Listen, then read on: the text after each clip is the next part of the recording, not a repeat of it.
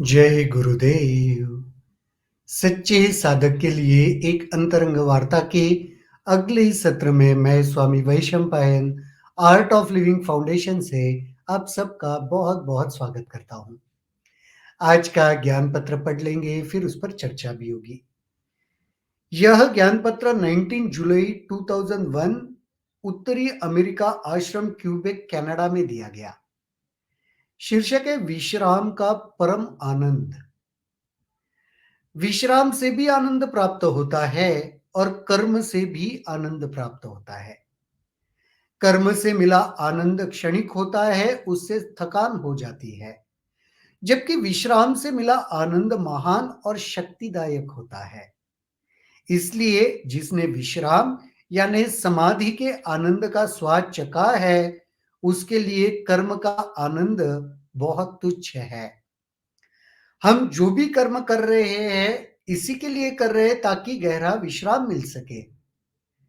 कर्म करना हमारी प्रणाली का एक अंग है, फिर भी सच्चा आनंद समाधि में ही मिलता है। गहरे विश्राम को प्राप्त करने के लिए मनुष्य को सक्रिय होना पड़ेगा। दोनों में उचित संतुलन का होना आवश्यक है। अधिकांश लोग आनंद इधर-उधर ढूंढते रहते हैं, पर बुद्धिमान व्यक्ति केवल मुस्कुराता है। असली विश्राम केवल ज्ञान में ही है। छोटा सा ज्ञान पत्र, बस इतना ही। विश्राम का परम आनंद।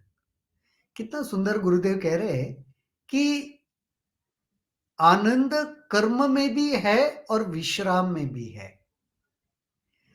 लेकिन कर्म का आनंद तुच्छ है, कर्म का आनंद क्षणिक है। क्यों? क्योंकि कर्म करते ही ना थकान भी हो जाती है। कर्म के साथ थकान जुड़ी हुई है। रादर विश्राम कर्म के बाद वैसे ही स्वाभाविक हो जाता है। तो इसलिए क्या कहते हैं, विश्राम का आनंद परम आनंद है। कर्म का आनंद परम आनंद नहीं है, विश्राम का आनंद परम आनंद है।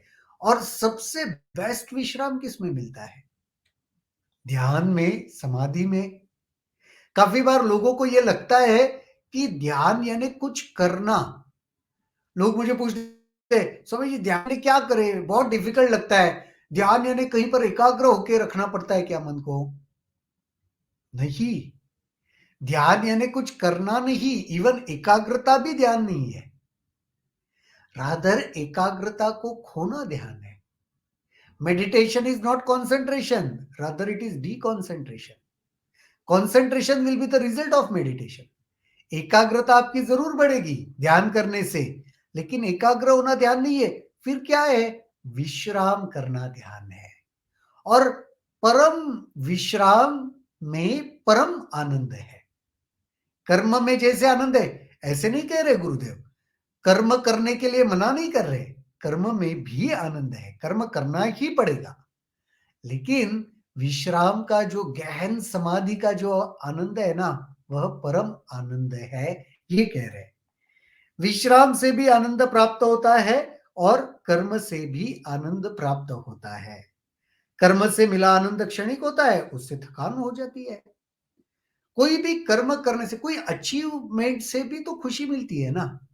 पर देखो, वो अचीवमेंट से खुशी तो मिली, लेकिन वो बहुत कुछ एफर्ट्स आपने डाले, उसके वजह से थक भी गए। शारीरिक स्तर स्तर पर, मानसिक स्तर पर थकान हो गई, टायर्डनेस आ गई। जबकि विश्राम से मिला आनंद महान और शक्तिदायक होता है। पर इसके विपरीत विश्राम से भी आनंद मिलता है, वह शक्तिवर्धक होता है, आपको शक्तिशाली बनाता है। कर्म से भी आनंद मिला, लेकिन वहां पे आपकी शक्ति थोड़ी क्षीण हो गई, क्योंकि यूटिलाइज हो गया आपकी एनर्जी, वहां पे थकावट आ गई। विश्राम से भी आनंद मिला, लेकिन वहां पे शक्ति प्राप्त हुई। इसलिए जिसने विश्राम या समाधि के आनंद का स्वाद चखा है, उसके लिए कर्म का आनंद बहुत तुच्छ है।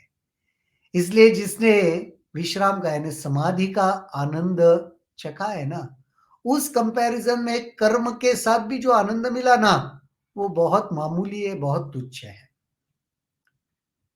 हम जो भी कर्म कर रहे हैं वह इसीलिए कर रहे हैं ताकि हमें गहरा विश्राम मिल सके।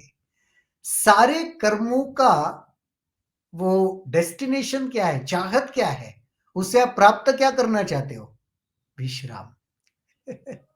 बहुत भाग-दौड़ क्यों करते हो पता है? ताकि अच्छे से विश्राम कर सके, कंफर्ट मिल सके, रेस्ट हो सके। कितना इंटरेस्टिंग है। भाग-दौड़ इसीलिए करते हैं ताकि विश्राम अच्छे से मिल सके। ज्यादा भाग-दौड़ इसलिए करते हैं ताकि ज्यादा विश्राम करना चाहते हैं, ज्यादा कंफर्ट चाहते हैं। कर्म करना हमारे प्रणाली का एक अंग है, फिर भी सच्चा आनंद समाधि में ही मिलता है। कर्म करना जीवन का अविभाज्य अंग है। उसको प्रणाली यानी जिस तरीके से कंप्यूटर में नहीं कुछ हार्डवेयर सॉफ्टवेयर होता है, सॉफ्टवेयर प्रणाली कहते हैं उसको। तो हमारे जीवन का ये अंग है, अविभाज्य अंग। जीवन चलने के लिए कर्म करना आवश्यक है, उससे छुटकारा है। पर सच्चा आनंद समाधि से ही मिलता है। कर्म से तो है लेकिन समाधि से सच्चा आनंद है। गहरे विश्राम को प्राप्त करने के लिए मनुष्य को सक्रिय होना पड़ेगा।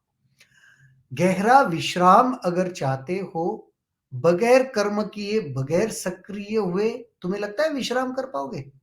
जो कुछ नहीं करता ना, वो भी अच्छे से विश्राम नहीं कर पाता, ये पता है आपको? कर्म तो करना ही पड़ेगा ताकि गहरा विश्राम भी मिल सके।